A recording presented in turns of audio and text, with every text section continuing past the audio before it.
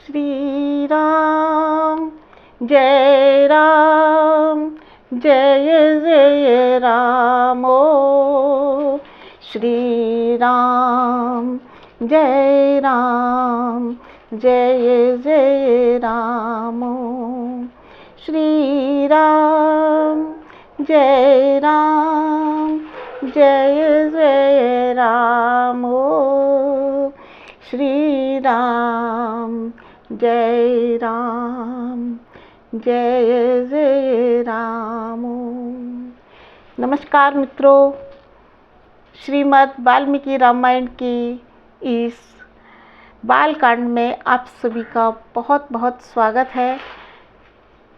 पिछले वीडियो में हमने देखा कि वाल्मीकि जी ने राम के पुत्र कुश और लव को रामायण नामक महाकाव्य जो उन्होंने लिखा था उसे सिखाया और वो जगह जगह उसका गायन करने लगे। और एक दिन गाते गाते वो भगवान राम के कक्ष में पहुंच गए और वहाँ पर उन्होंने इस काव्य का गायन प्रारंभ किया। अब यहाँ पर पंचम सर्ग प्रारंभ होता है, जिसमें लव कुश दोनों भाई मधुर स्वर से अयोध्या का वर्णन करते हैं। अयोध्या के राजा दशरथ के वर्णन करते हुए बताते हैं कि किस तरह का वहाँ का राज्य था, किस तरह की वहाँ की व्यवस्था थी, किस तरह के वहाँ के मनुष्य थे, नगरवासी थे। तो लीजिए, लव कुश बताते हैं, इक्ष्वाकुणाम इदं तेषां राज्ञं वशं महात्मनां महदुत्पन्नम् आख्यानं रामायणम् इति श्रुतम्। कि इक्ष्वाकु वंश में उत्पन्न राजाओं के महात्मा स्वरूप जो थे, उनके वंश का वर्णन करता हुआ ये रामायण नामक महाकाव्य लिखा गया है। इसकी उद्भावना हुई है, यह सबके समक्ष आया है।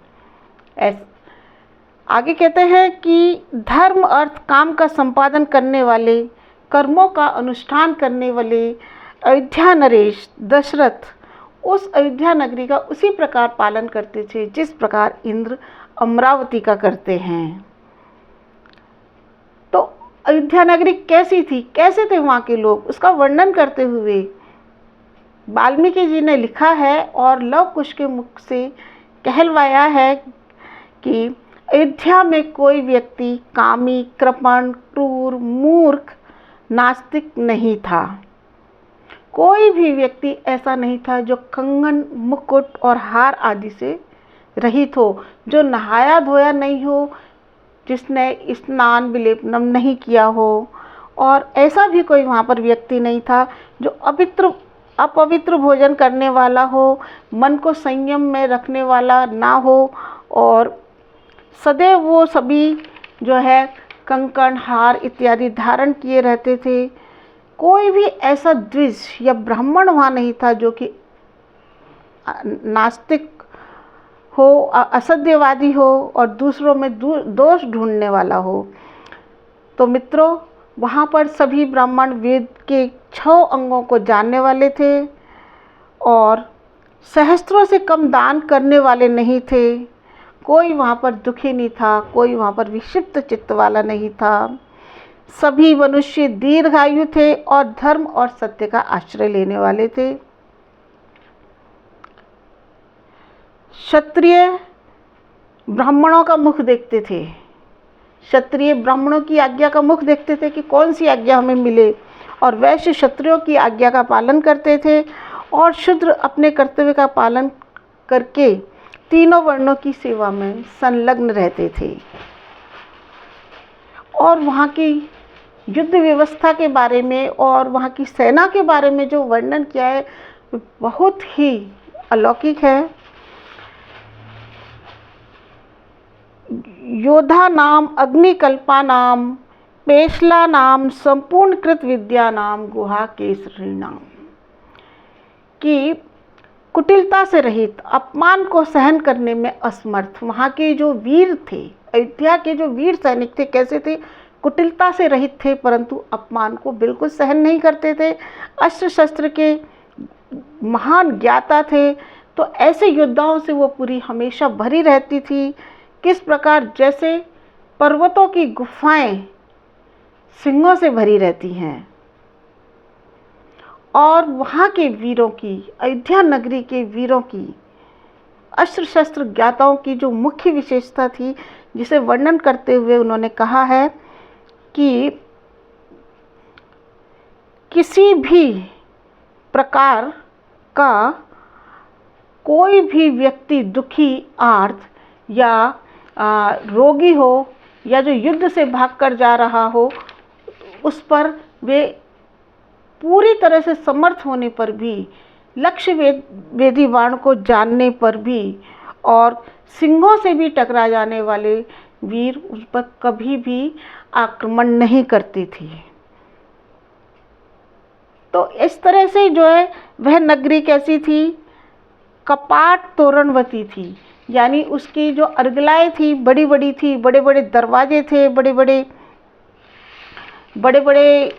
बाजार थे वहाँ के, और जिसमें सब प्रकार के अस्त्र शस्त्र संचित थे। उस पुरी में सभी प्रकार के कलाओं के शिल्पी निवास करते थे। तो ऐसी उस नगरी में सूत, मागध, संबंधा, श्रीमतीम, अतलाम प्रभा, उच्चाट्टाल, ध्वजवंतीम, शतग्नि, शतसंकुला नाम। स्तुति पाठ करने वाले सूत, वंशावली का बखान करने वाले मागध वहाँ पर भरे हुए थे। वह पूरी सुंदर शोभा से संपन्न थी। वहाँ की सुषमा कहीं भी नहीं दिखाई पड़ती थी, अन्य कहीं नहीं दिखाई पड़ती थी।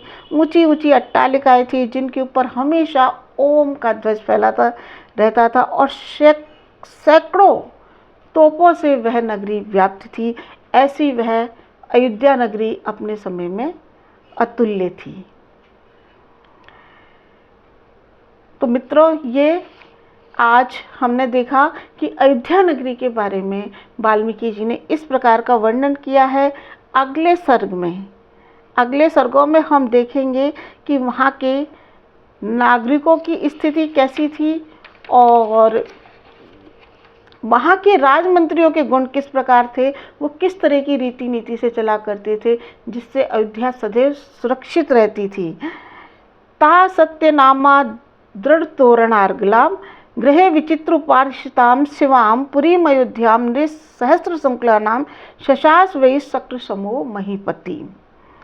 तो जिस नगरी का नाम अयोध्या था, मतलब अपने नाम के अनुकूल, सत्यनामा, अपने नाम पर खरी उतरने वाली वह अयोध्या नगरी पूरी तरह से सार्थक थी।